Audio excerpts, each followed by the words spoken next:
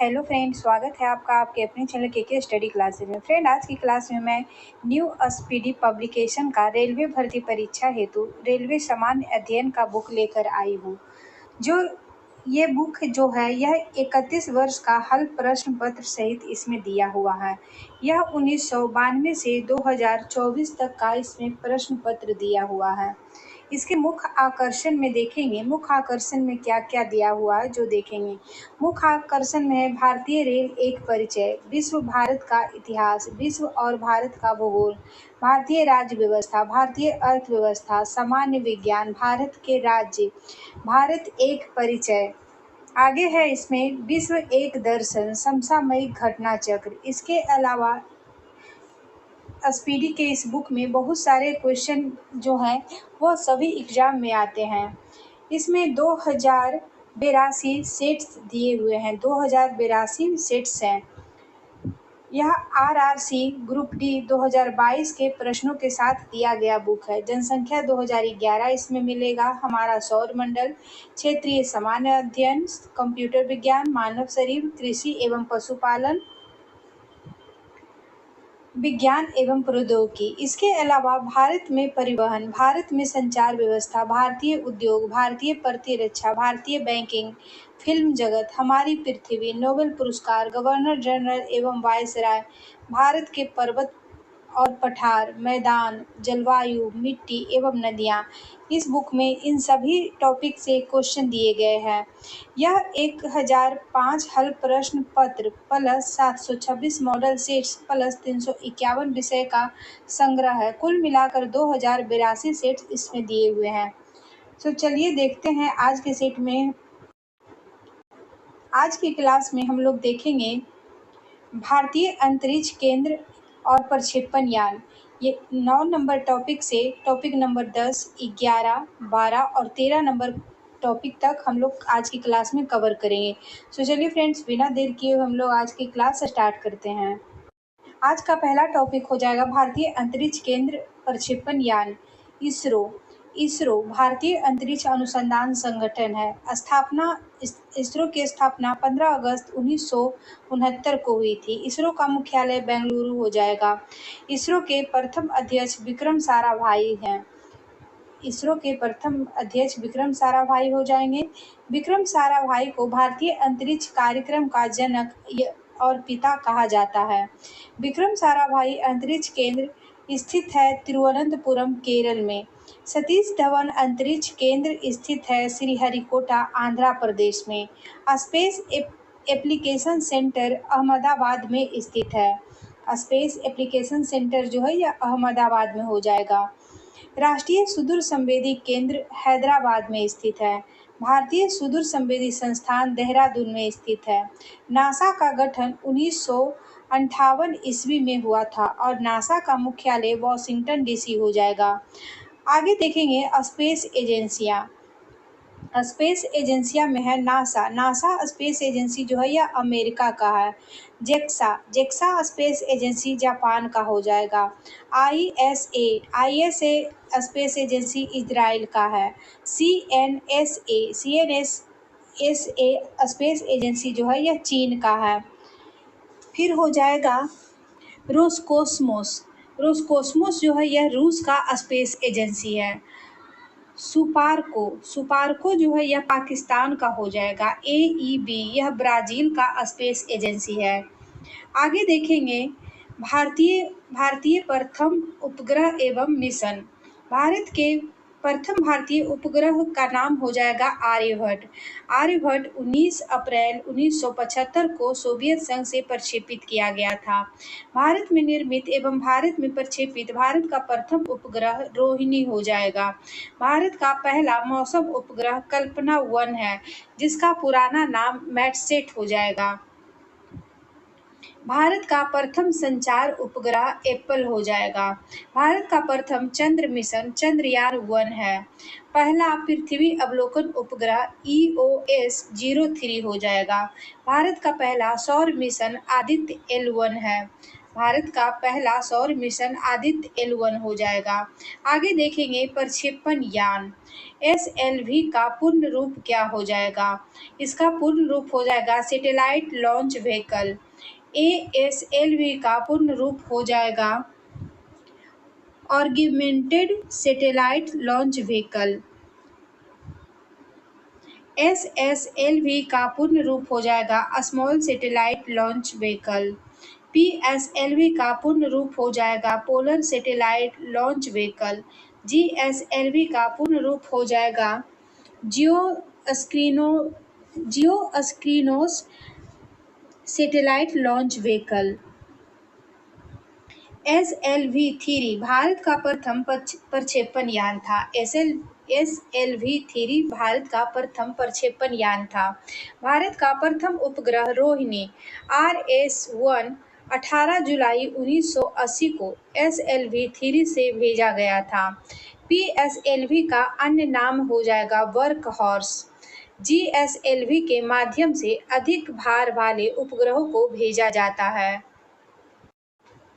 आगे देखेंगे अंतरिक्ष कार्यक्रम। विश्व का अंतरिक्ष युग में प्रवेश 1957 ईस्वी में हुआ था। विश्व का अंतरिक्ष युग में प्रवेश जो है 1957 ईस्वी में हुआ था। भारत में अंतरिक्ष कार्यक्रम शुरू हुआ था 1962 में।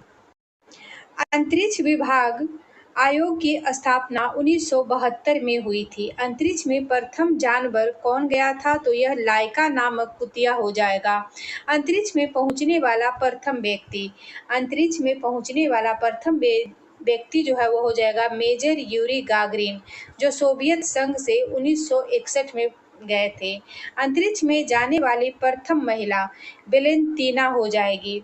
वेलेंतीना तेरेस्कोवा सोवियत संघ 1963 में गई थी। अंतरिक्ष में तैरने वाला प्रथम व्यक्ति कौन था? अलेक्सी लियोनोवा, यह सोवियत संघ से 1965 में गए थे। अंतरिक्ष में तैरने वाली प्रथम महिला स्वेतलाना सवित्काया हो जाएगी। अंतरिक्ष में प्रथम एशियाई फाम तुआनपे हो जाएंगे। अंतरिक्ष में प्रथम एशियाई फाम तुआनपे हो जाएंगे। अंतरिक्ष में जाने वाला प्रथम भारतीय स्क्वाड्रन लीडर राकेश शर्मा, जो 3 अप्रैल 1984 में अंतरिक्ष में गए थे। अंतरिक्ष में प्रवेश करने वाली भारतीय मूल की प्रथम महिला अंतरिक्ष में जाने वाली कल्पना चावला हो जाएंगी, जो 1997 में जन्मी थी।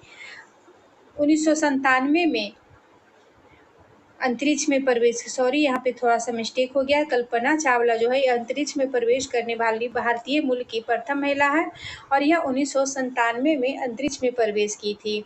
कल्पना चावला का जन्म 1962 में हरियाणा के करनाल में हुआ था। अंतरिक्ष में प्रवेश करने वाली भारतीय मूल की दूसरी महिला कौन थी? अंतरिक्ष में प्रवेश करने वाली भारतीय मूल की दूसरी महिला हो जाएंगी सुनीता विलियम्स, 2006 में गई थी। अंतरिक्ष में प्रवेश करने वाली भारतीय मूल की तीसरी महिला शिरीषा बांदला, जो 2011 में गई थी। 2011 में वर्जिन गैलेक्टिक्स एजेंसी द्वारा गई थी और इनका जन्म आंध्र प्रदेश में हुआ है। कल्पना चावला की मृत्यु 1 फरवरी 2003 को कोलंबिया यान के दुर्घटनाग्रस्त होने से हो गया था। सर्वाधिक समय तक अंतरिक्ष में रहने वाली महिला क्रिस्टीना कोच थी, जो 328 दिन रही थी 2020 में। प्रथम मानव रहित अंतरिक्ष यान लूना 16 हो जाएगा। भारत का प्रथम चालक रहित यान लक्ष्य हो जाएगा। चंद्रमा पर उतरने वाला प्रथम चालक विहीन अंतरिक्ष यान लूना 9 है।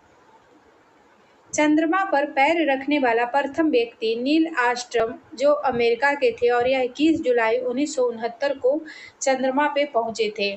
चंद्रमा पर मानव को पहुंचाने वाला प्रथम अंतरिक्ष यान अपोलो 11 हो जाएगा।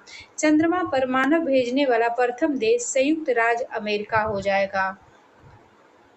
प्रथम अंतरिक्ष पर्यटक डेनिस टिटो USA से थे। पहली महिला अंतरिक्ष पर्यटक अनुशेह अंसारी 2006 में गई थी। अनुशेह अंसारी थी जो प्रथम महिला अंतरिक्ष पर्यटक थी। ईरानी मूल की अमेरिकी थी। प्रथम अंतरिक्ष शटल कोलंबिया मंगल पर उतरने वाला प्रथम यान वाइकिंग 1। अंतरिक्ष में प्रक्षेपित प्रथम उपग्रह स्पुतनिक 1 जो है यह सोवियत संघ के द्वारा 1957 को भेजा गया था। दुनिया की सबसे शक्तिशाली अंतरिक्ष दूरबीन James Webb space telescope America में है। भारत की पहली महिला अंतरिक्ष वैज्ञानिक का नाम क्या है? तो ये सविता रानी हो जाएगा। आगे देखेंगे भारतीय अंतरिक्ष मिशन चंद्रयान-1 प्रक्षेपित तिथि। चंद्रयान-1 का प्रक्षेपण तिथि हो जाएगा 22 अक्टूबर 2008 को। इसरो द्वारा सतीश धवन अंतरिक्ष केंद्र से चंद्रमा पर पहुंचा 14 नवंबर 2008 को।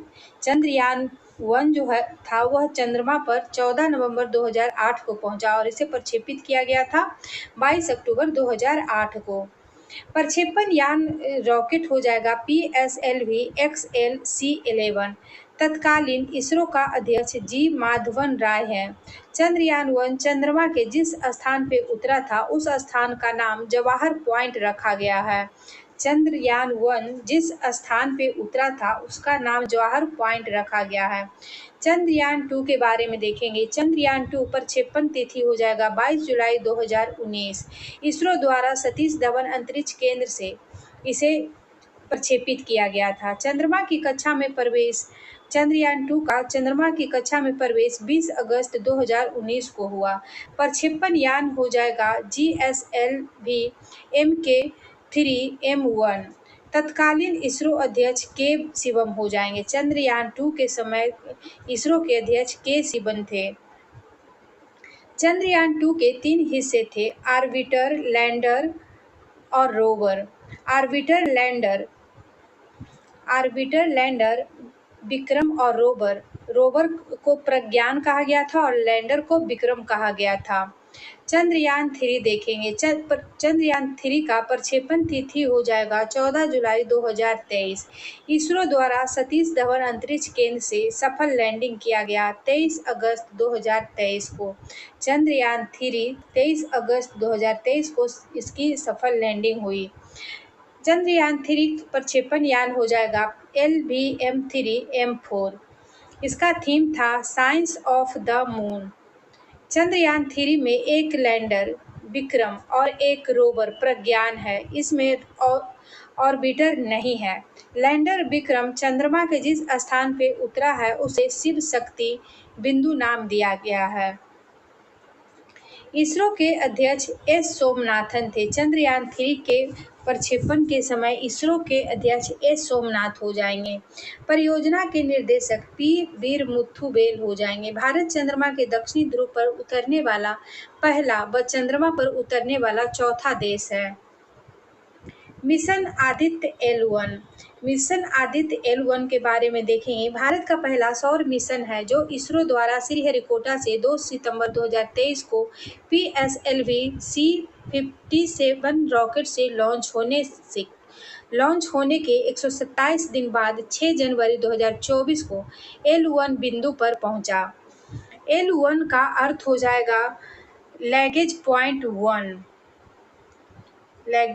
पॉइंट 1 हो जाएगा। L1 और पृथ्वी की दूरी 1.5 मिलियन किलोमीटर है। इसरो के अध्यक्ष एस सोमनाथन है। प्रधान वैज्ञानिक डॉक्टर शंकर सुब्रमण्यम हो जाएंगे। मार्स ऑर्बिटर मिशन के बारे में अब देखेंगे। मंगल के लिए भारत का पहला मिशन है। प्रक्षेपण तिथि 5 नवंबर 2013। इसरो द्वारा सतीश धवन अंतरिक्ष केंद्र से प्रक्षेपित किया गया। प्रक्षेपण यान का नाम हो जाएगा PSLV XLC-25। तत्कालिक इसरो प्रमुख के राधाकृष्णन। 2013 में जब मंगल यान को भेजा गया था उस समय इसरो के प्रमुख के राधाकृष्णन हो जाएंगे। अब देखेंगे पर्यावरण। पृथ्वी पर पाए जाने वाले भूमि, जल, वायु, पेड़ पौधे एवं जीव जंतुओं का समूह जो हमारे चारों ओर है कहलाता है क्या? तो यह पर्यावरण कहलाएगा। प्रथम अंतर्राष्ट्रीय पर्यावरण सम्मेलन हुआ था 5 जून 1972 को स्टॉकहोम में। प्रथम विश्व पर्यावरण दिवस 1973 में मनाया गया था। विश्व पर्यावरण दिवस हर साल 5 जून को मनाया जाता है। ओजोन परत के संरक्षण से संबंधित मॉन्ट्रियल सम्मेलन हुआ था 16 सितंबर 1987 को। विश्व ओजोन संरक्षण दिवस 16 सितंबर को मनाया जाता है।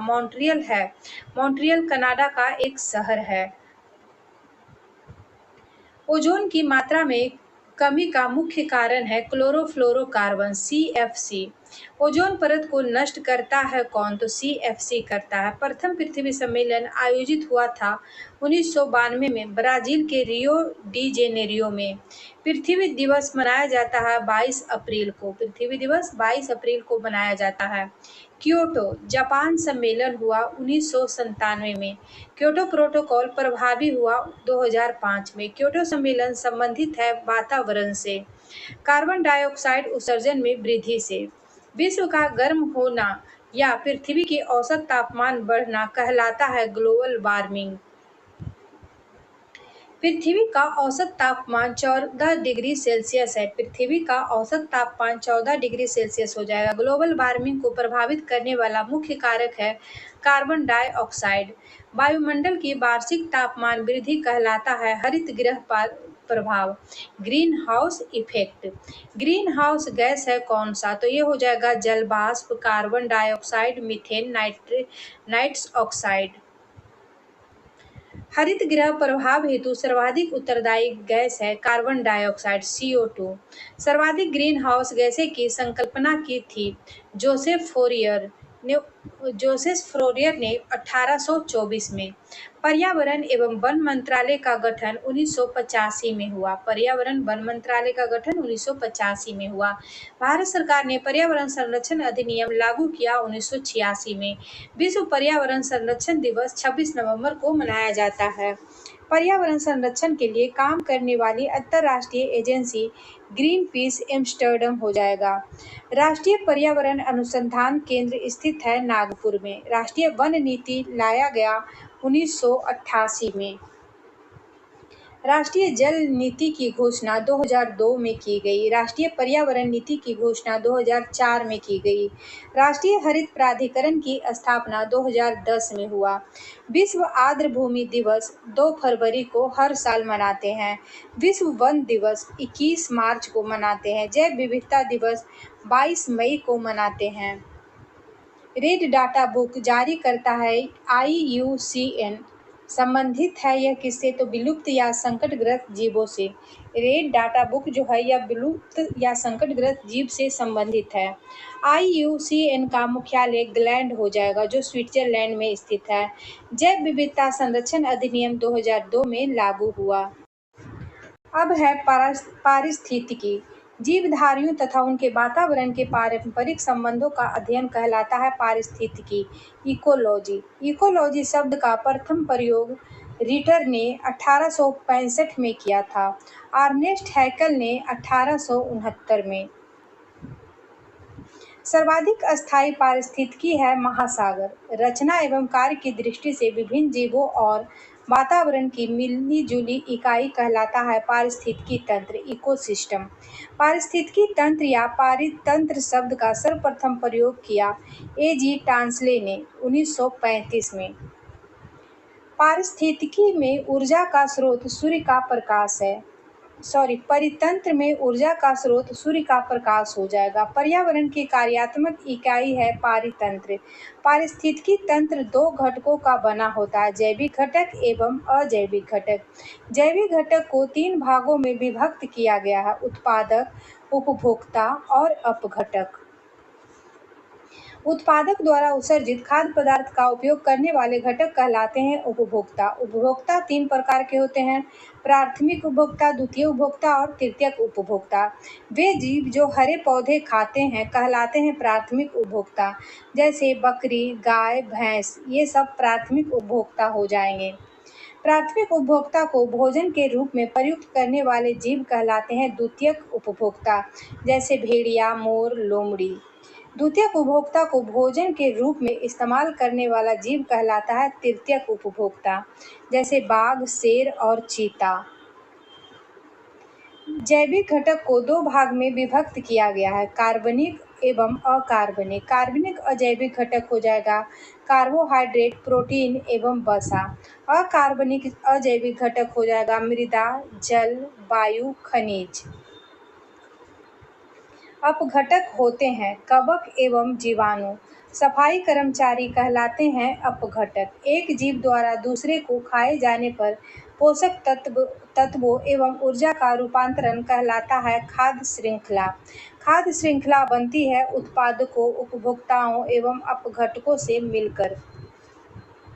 खाद्य श्रृंखला में प्राथमिक एवं द्वितीयक उपभोक्ता मानव हो जाएगा। खाद्य श्रृंखला में प्राथमिक एवं द्वितीयक उपभोक्ता मानव है।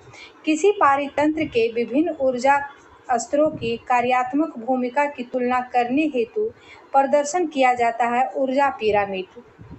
ऊर्जा पिरामिड सदैव होता है सीधा। ऊर्जा पिरामिड जो होता है यह सदैव सीधा होता है। सर्वाधिक जैव विविधता पाई जाती है उष्णकटिबंधीय वर्षा वन में।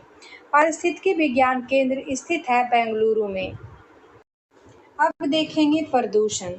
वायु, जल या भूमि में अनचाहे परिवर्तन जो मनुष्य एवं जीवधारियों के लिए हानिकारक हो कहलाता है प्रदूषण। मानव जनित पर्यावरणीय प्रदूषण कहलाते हैं एंथ्रोपोजनिक। पर जैव विघटक प्रदूषक है बाहित मल। जैव विघटित प्रदूषक हो जाएगा बाहित मल। वायु प्रदूषक सीसा से प्रभावित अंग है उदर। तंत्रिका तंत्र संबंधी रोग हो जाएगा सीसा से। तंत्रिका तंत्र संबंधी रोग होता है सीसा से। एस्बेस्टर धूल से प्रभावित अंग फेफड़ा हो जाएगा। पारा प्रभावित करता है मस्तिष्क को। वायु प्रदूषक कार्बन मोनोऑक्साइड प्रभावित करता है रक्त धाराओं को। कार्बन मोनोऑक्साइड जो है यह प्रभावित करता है रक्त धाराओं को। भूमिगत जल को दूषित करने वाले अजैविक प्रदूषक हो जाएंगे आर्सेनिक। जल प्रदूषण को मापने हेतु जांच की जाती है बायोमेडिकल ऑक्सीजन डिमांड से। मनुष्य में रक्त दाब बढ़कर दिल संबंधी रोग उत्पन्न करता है वायु प्रदूषक कैडमियम। ब्राउन एयर शब्द का प्रयोग किया जाता है प्रकाश रासायनिक धुआं के लिए। पीएम तथा एसपीएम संबंधित है प्रदूषण से। पीएम का तात्पर्य हो जाएगा पार्टिकुलर मैटर। एसपीएम का हो जाएगा सस्पेंडेड पार्टिकुलर मैटर। वायु प्रदूषक कार्बन मोनोऑक्साइड है। वायु प्रदूषक कार्बन मोनोऑक्साइड, सल्फर डाइऑक्साइड और हाइड्रोजन सल्फाइड हो जाएगा। 3 दिसंबर 1984 को भोपाल के यूनियन कार्बाइड फैक्ट्री में किस गैस का रिसाव हुआ था? मिथाइल आइसोसाइनेट का। मिनी माता रोग होता है पारा युक्त जल से। मिनी माता रोग सबसे पहले हुआ जापान में। नदियों में जल प्रदूषक की माप की जाती है ऑक्सीजन की घुली हुई मात्रा से। ऑक्सीजन की घुली हुई मात्रा से नदियों में जल प्रदूषण की माप की जाती है। सिगरेट के धुएं का मुख्य प्रदूषक है कार्बन मोनोऑक्साइड एवं बेंजीन। केंद्रीय प्रदूषण नियंत्रण बोर्ड दिल्ली में स्थित है। जल संरक्षण एवं प्रदूषण नियंत्रण अधिनियम 1974 में बना था। वाहनों से निकलने वाले धुआं में पाया जाता है कार्बन मोनोऑक्साइड एवं सीसा। कारखानों से निकलने वाली धुआं में मुख्य रूप से पाया जाता है कार्बन डाइऑक्साइड। अम्ल वर्षा मिश्रण है सल्फर डाइऑक्साइड का। अम्ल वर्षा मिश्रण है सल्फर डाइऑक्साइड, नाइट्रोजन ऑक्साइड का, H2O और NO का। अम्ल वर्षा के रूप में पृथ्वी पर गिरते हैं सल्फ्यूरिक अम्ल तथा नाइट्रिक अम्ल। DDT होता है अजैविक अपघटनीय प्रदूषक। संगमरमर से निर्मित ऐतिहासिक इमारतों को हानि पहुंचाता है सल्फर डाइऑक्साइड। संगमरमर से बना हुआ जो इमारत है उसको हानि पहुंचाता है सल्फर डाइऑक्साइड। ग्रीन मफलर संबंधित है ध्वनि प्रदूषण से। ग्रीन मफलर संबंधित है ध्वनि प्रदूषण से। चावल के खेतों से निकलने वाला प्रदूषक है मीथेन। आगे देखेंगे इतिहास की प्रमुख घटनाएं हैं और ईसा पूर्व ईस्वी दिया हुआ है। भारत में आर्यों का आगमन 1500 ईसा पूर्व हुआ था। ऋग वैदिक काल 1500 से 1000 ईसा पूर्व का है। उत्तर वैदिक काल 1000 से 600 ईसा पूर्व का है। महावीर का जन्म 540 ईसा पूर्व हुआ था।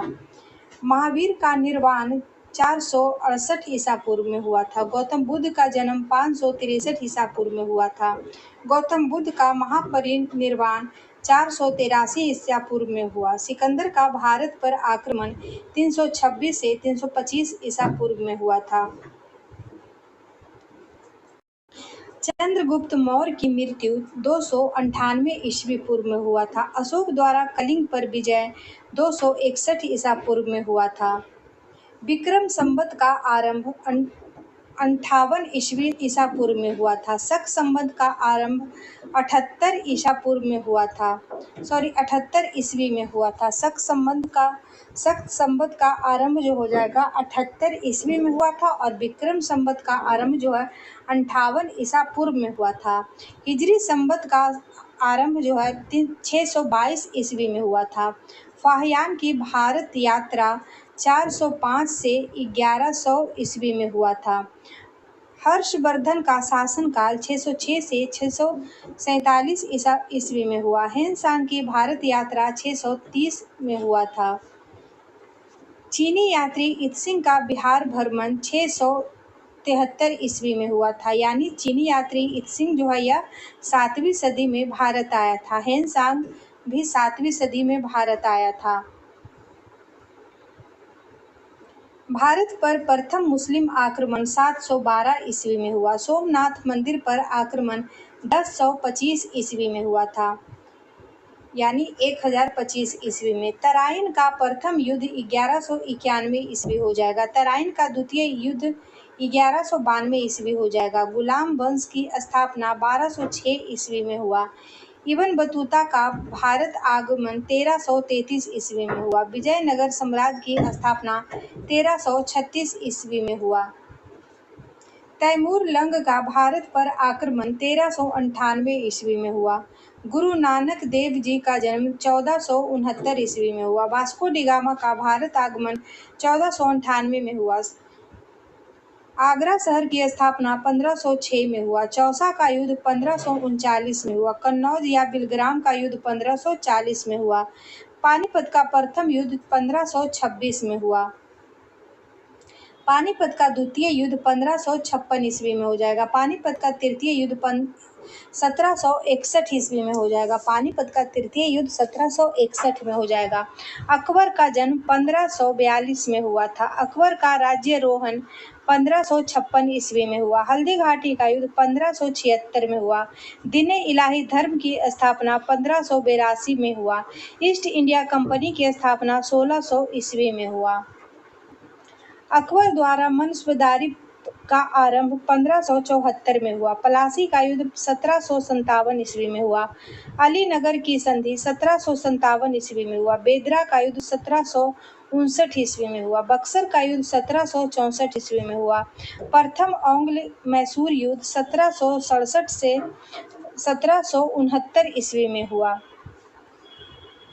द्वितीय आंग्ल मैसूर युद्ध 1780 से 1784 ईस्वी में हुआ। तृतीय आंग्ल मैसूर युद्ध 1790 से 1792 ईस्वी में हुआ। चतुर्थ आंग्ल मैसूर युद्ध 1799 ईस्वी में हुआ। सन्यासी विद्रोह 1770 ईस्वी में हुआ। संथाल विद्रोह 1855 से 1856 ईस्वी में हुआ। गवर्नर जनरल एवं वायसराय। बंगाल का पहला गवर्नर जनरल वारेन हेस्टिंग हो जाएगा। पिंडारियों का दमन लॉर्ड हेस्टिंग्स ने किया था।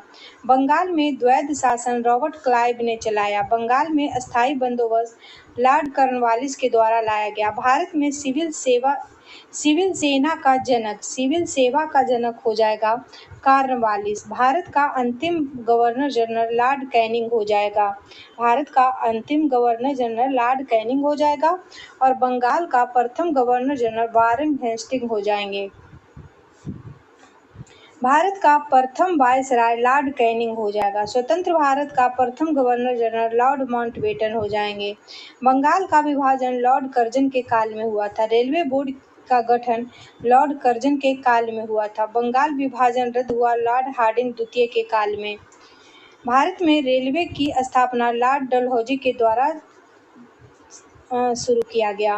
भारत में डाक की स्थापना लॉर्ड डलहौजी के द्वारा लाया गया। पहली बार पाकिस्तान की मांग लिनलिथगो के कार्यकाल में हुआ। जलियांवाला बाग हत्याकांड लॉर्ड चेम्सफोर्ड के कार्य में हुआ। सती प्रथा 1829 का अंत तथा ठगी प्रथा 1830 की समाप्ति विलियम बेंटिंक के काल में हुआ। प्रथम फैक्ट्री अधिनियम पारित हुआ लॉर्ड रिपन के काल में। अलीगढ़ मुस्लिम विश्वविद्यालय की स्थापना 1920 ईस्वी में लॉर्ड चेम्सफोर्ड के समय में हुआ था। संविधान सभा की प्रथम बैठक लॉर्ड बेबल के कार्यकाल में हुआ। बम्बई, कोलकाता तथा मद्रास में हाई कोर्ट की स्थापना 1862 में लॉर्ड कैनिंग के समय में हुआ था। होम रूल लीग की स्थापना तथा चंपारण सत्याग्रह 1917 लॉर्ड चेम्सफोर्ड के समय में हुआ था। सहायक संधि की शुरुआत तथा फोर्ट विलियम कॉलेज की स्थापना 1800 ईस्वी में बेलेजली के कार्यकाल में हुआ था। भारत में सहायक संधि का प्रयोग डुप्ले के कार्यकाल में हुआ था। महारानी विक्टोरिया को केसरे हिंद की उपाधि से सम्मानित 1877 में लॉर्ड लिटन के कार्यकाल में किया गया था। अंग्रेजी को शिक्षा का माध्यम बनाया गया 1835 में लॉर्ड विलियम बेंटिक के द्वारा। बंगाल का शेर कहलाता था लॉर्ड बेलेजली। साइमन कमीशन भारत आया लॉर्ड इरविन के काल में। क्रिप्स मिशन का आगमन लॉर्ड लिनलिथगो के समय हुआ था। कैबिनेट मिशन भारत पहुंचा लॉर्ड बेबल के काल में। मुस्लिम लीग की स्थापना लॉर्ड मिंटो द्वितीय के काल में हुआ था। द्वितीय विश्व युद्ध प्रारंभ हुआ लॉर्ड लिनलिथगो के काल में। भारत छोड़ो आंदोलन लॉर्ड लिनलिथगो के कार्यकाल में प्रारंभ हुआ। स्थानीय स्वशासन प्रारंभ हुआ लॉर्ड रिपन के काल में। सविनय अवज्ञा आंदोलन लॉर्ड इरविन के काल में प्रारंभ हुआ। असहयोग आंदोलन की शुरुआत लॉर्ड चेम्सफोर्ड के काल में हुआ। कांग्रेस का जन्म लॉर्ड डफरिन के समय हुआ था। भारतीय प्रेस का मुक्तिदाता जेम्स मेटकॉफ को कहा जाता है। नरबली प्रथा का अंत लॉर्ड हार्डिंग के काल में हुआ। दास प्रथा का उन्मूलन लॉर्ड एलनबरो के कार्यकाल में हुआ। भारत में जनगणना की शुरुआत लॉर्ड मेयो ने की। नियमित जनगणना की शुरुआत लॉर्ड रिपन के काल से हुआ। प्रथम गोलमेज सम्मेलन लॉर्ड इरविन के काल में हुआ। द्वितीय गोलमेज सम्मेलन लॉर्ड वेलिंगटन के काल में हुआ। तृतीय गोलमेज सम्मेलन लॉर्ड वेलिंगटन के कार्यकाल में हुआ। आगे देखेंगे इतिहास की प्रमुख घटनाएं ईसा पूर्व और ईस्वी दिया हुआ है। पाइका विद्रोह यह 1817 से 1825 ईस्वी में हुआ। भील विद्रोह 1818 से 1831 ईस्वी में हुआ। हो विद्रोह 1820 से 1821 ईस्वी में हुआ। अहोम विद्रोह 1828 से 1833 ईस्वी में हुआ। कोल विद्रोह 1831 से 1832 ईस्वी में हुआ। रामोशी विद्रोह 1822 से 1829 ईस्वी में हुआ। बहावी आंदोलन 1826 से 1871 ईस्वी में हुआ। खासी विद्रोह 1833 ईस्वी में हुआ। नील विद्रोह 1859 से 1860 ईस्वी में हुआ। फराइजी आंदोलन 1838 से 1860 ईस्वी में हुआ। मुंडा विद्रोह 1899 से 1900 ईस्वी में हुआ। मोपला विद्रोह 1920 से 1922 ईस्वी में हुआ। कूका आंदोलन 1840 से 1872 ईस्वी में हुआ। कांग्रेस की स्थापना 1885 ईस्वी में हुई। तेभागा आंदोलन 1946 ईस्वी में हुआ। बंगाल में अस्थायी बंदोबस्त 1793 ईस्वी में हुआ। बंगाल का प्रथम विभाजन 1905 में हुआ। मुस्लिम लीग की स्थापना 1906 में हुआ। मार्ले मिंटो सुधार 1909 ईस्वी में आया। चंपारण सत्याग्रह 1917 ईस्वी में हुआ। खेड़ा सत्याग्रह 1918 ईस्वी में हुआ। खिलाफत आंदोलन 1919 में हुआ।